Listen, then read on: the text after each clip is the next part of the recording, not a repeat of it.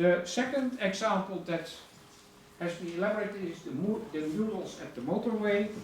Again, this is just work you did. I didn't do it, I just put it in the presentation here. So, this is the history of the motorway. I hope you can read it at the back. Can you read it? Yes. Okay, good. So it gives me, let me say, the history, when did it start, what was actually the kind of the theme of the whole thing, and why this is interesting. So this is kind of the background of the collection. If you call it a collection, these 8 or 9 murals, then we could say this is a thing that's relevant to know if you are going to talk about the collection at all. And these are some pictures. So these are individual pieces of art connected to buildings, as far as I understand. And so these are individual objects. So in this collection there are about 10 of these things. And you can find them if you travel the motorway, and we describe them here first of all by depicting them, and then by providing the location. So each of these things has a location, but at the same time the motorway itself is an object, I would say, to describe. The motorway is the track that you can go and find the different pieces of art. So it makes sense to consider not only describing the murals, but also describing the motorway in a way, right, as an object of art, because it's a place where at several times you can see or you pass along these pieces of art. This is a description that seems to count for all of these 10 pieces of art. And this is a description that counts for a single one. And each of them will have probably a different author, and maybe a different type of material, and a different location. So these are attributes of an individual primary object, right? And each of them will have something like this, but different, right? And now the group has been sketching problems, because the website is not just to say, hi, we have nice things here, but the website could help you, or could help the owners to consider the problems and maybe help to solve the problems. So lack of maintenance and graffiti and stuff.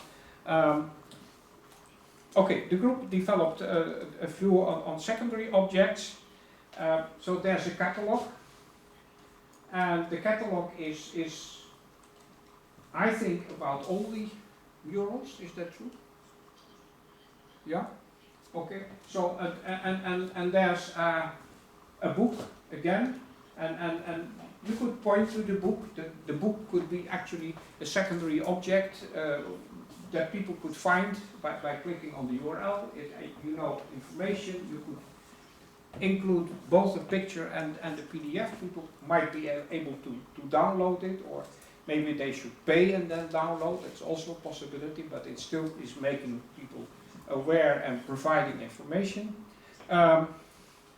There's articles in a journal, and you could point the reference at maybe actually a pointer to find it, to download it.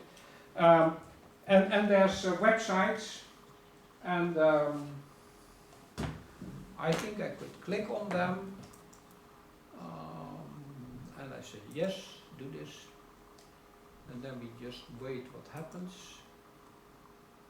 And the connection is not secure, I know that one. Continue, please. I'm not sure what he's doing now. Add exception. Good.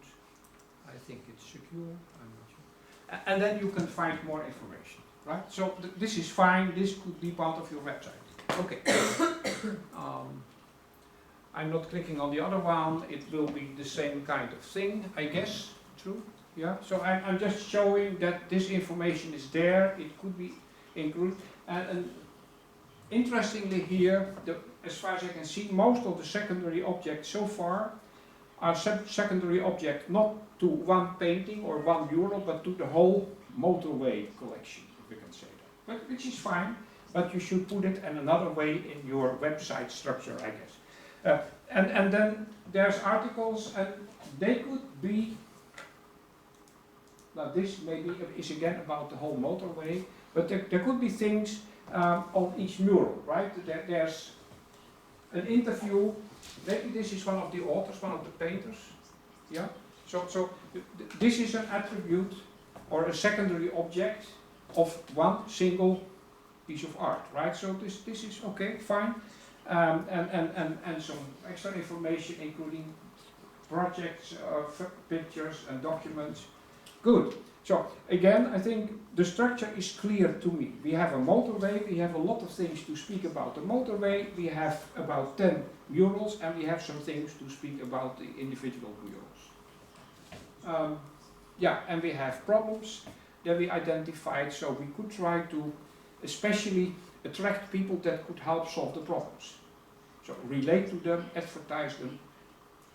Okay, stakeholders and their needs. So the authors of the murals, they really want this, and consequently I think they will be helpful, they would be happy to contribute extra information because it's their piece of art that you are protecting here.